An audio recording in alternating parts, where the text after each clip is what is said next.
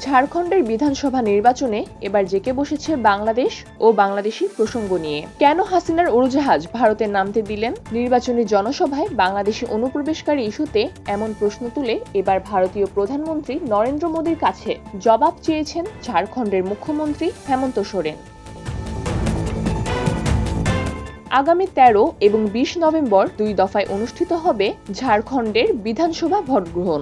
নির্বাচনী প্রচারে সম্প্রতি বাংলাদেশি অনুপ্রবেশকারীদের ইস্যু তুলে ধরে ঝাড়খণ্ডের নির্বাচনী ময়দান গরম করেছিলেন ভারতের কেন্দ্রীয় স্বরাষ্ট্রমন্ত্রী অমিত শাহ ও ভারতের প্রধানমন্ত্রী নরেন্দ্র মোদী।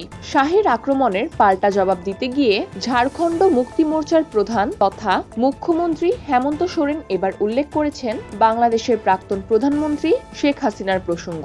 হাসিনাকে আশ্রয় দেওয়ার ব্যাপারে প্রধানমন্ত্রী নরেন্দ্র শাহ ও মোদী জুটিকে নিশানা করেছেন তিনি।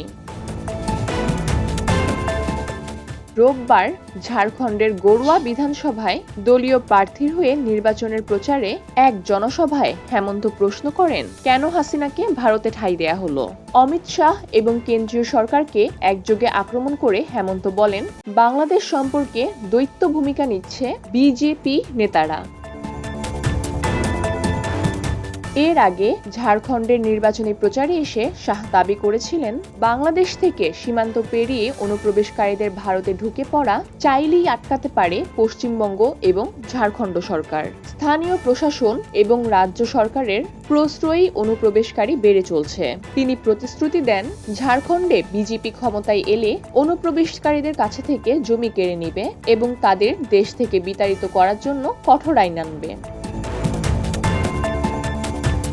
আগামী 13 এবং 20 নভেম্বর 2 দফায় অনুষ্ঠিত হবে ঝাড়খণ্ডের বিধানসভা নির্বাচন। ভোট গণনা হবে 23 নভেম্বর। আসন্ন নির্বাচনে জোট বেঁধে লড়ছে ইন্ডিয়া শিবিরের শরিকেরা।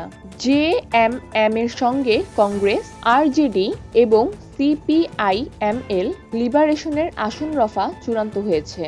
জেএমএম লড়বে 43, কংগ্রেস 30 আসনে।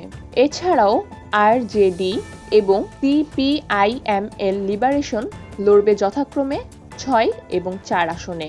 তবে ছতরপুর, বিশ্রামপুর এবং ধানবাড়া এই 3টি আসনে বন্ধুত্বপূর্ণ লড়াই করবে জোট।